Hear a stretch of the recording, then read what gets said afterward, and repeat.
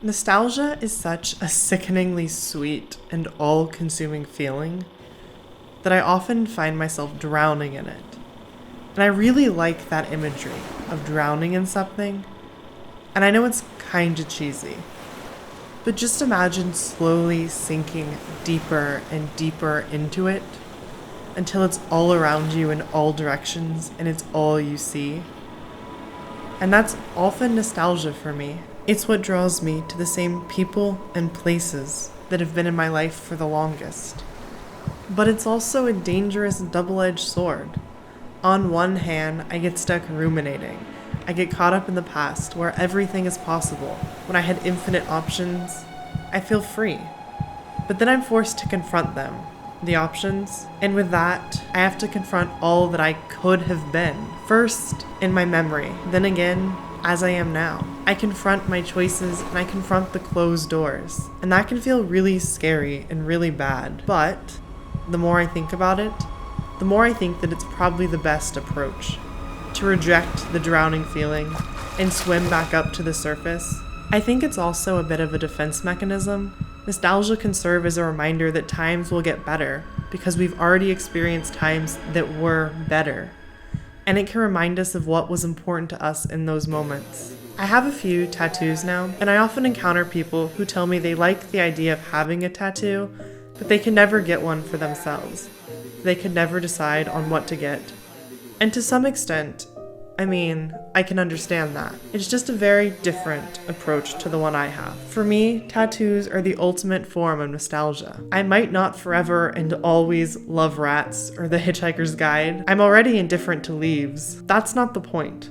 The point is that past Sydney felt so strongly about something that she made the decision to permanently ink it onto her body. And I want to respect and appreciate past Sydney's decisions. I love the person that she has become, and I want to honor the things that she lived along the way.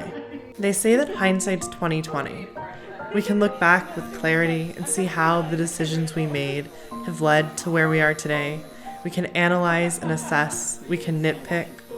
Over and over again, we can review every choice that we've made. We can see the bigger picture, how one small change could have changed the course of our lives. And another version of my life. I followed my high school boyfriend back to his home country of Australia, married him, and started a family, which is wild considering I'm currently without a permanent address and very single. I'm the kind of adult who, when I tried to open a credit card recently, I had to go to the bank in person, because they couldn't verify my identity since I don't really own anything, which, let's be honest, feels kind of amazing. But anyway, choosing college and leaving Henry isn't necessarily the best example because I don't really regret it.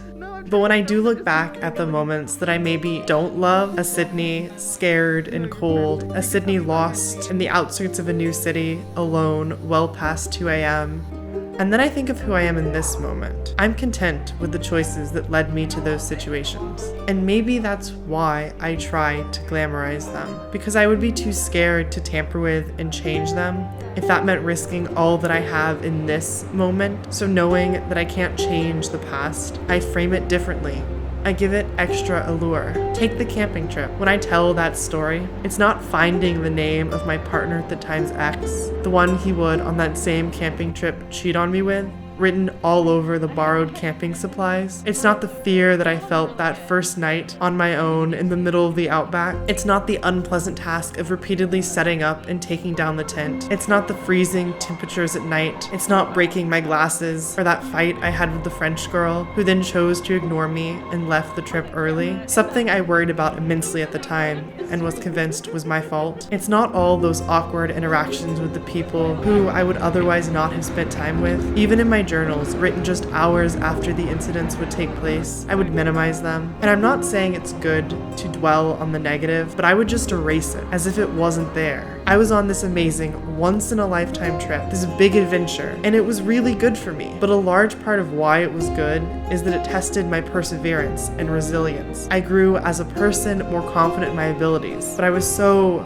focused on painting myself as this adventurous and exciting person with no worries or troubles. I played up the parts that I knew would make people excited to spend more time around me, and I minimized or erased all of those parts that were less than amazing, or not fun, or sad. There is this short story titled 11 by Sandra Cisneros, and it's a story about maturity and how we often feel unequipped to handle situations because we never really have the wisdom that we need to equip us for the situation. But what really struck me was when the main character remarks on her 11th birthday that when you're 11, you don't really feel 11 because you're also 10 and 9 and 8 and 7 and 6 and so forth, and how true that feels. And I want to honor each version of myself that has occurred thus far, regardless of how cringe or embarrassing or different from my current self. So when I act like a 3-year-old Sydney and every little thing is the end of the world, that's because 3-year-old Sydney is still there, and I gotta respect that. And now, as a 26-year-old Sydney, ready to conquer the world, I'm really happy with where I'm at. So thanks 6-year-old Sydney and 16-year-old Sydney for sticking it out. You did good.